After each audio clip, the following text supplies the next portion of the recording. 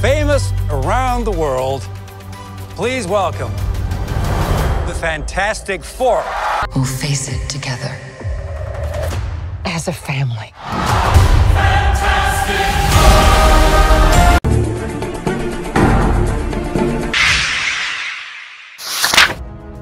Naalarma sila at nakipaglaban kay Galactus. Sinugod ni Johnny si Galactus habang nakasunod ang Herald at sumusuporta naman si Ben upang makatakas na sila.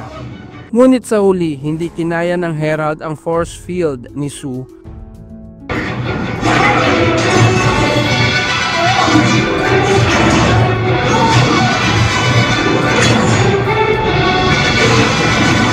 At nagawa nilang makasakay sa ship. Nagawa man nilang makalayo, di pa rin sila tinantanan ng Herald.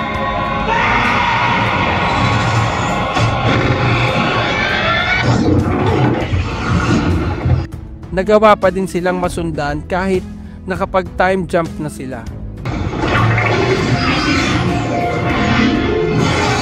Sa puntong ito, hirap na si Sue at parang manganganak na ito. Pinagbabaril ni Johnny ang Herald.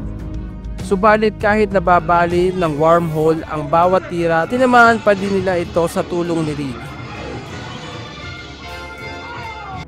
Ngunit di ganoong kadaling sumuko ang Herald, kaya nag-isip ng paraan si Reed.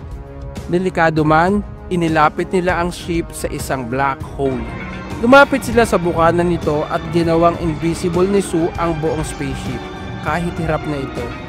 Nailigaw nila ang Herald at nilamon ng black hole.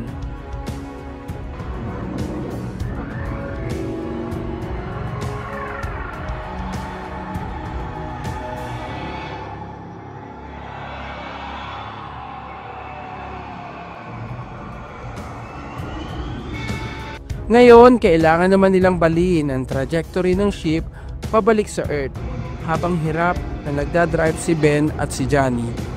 Ay sakto naman na nanganganak na si Sue habang ang ship naman nila ay nakarating na papalapit sa Earth.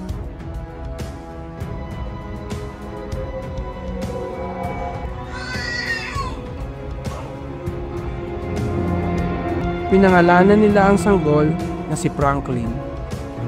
Lumapag na ang spaceship nila sa Earth at inabangan ito ng mga tao sa buong mundo.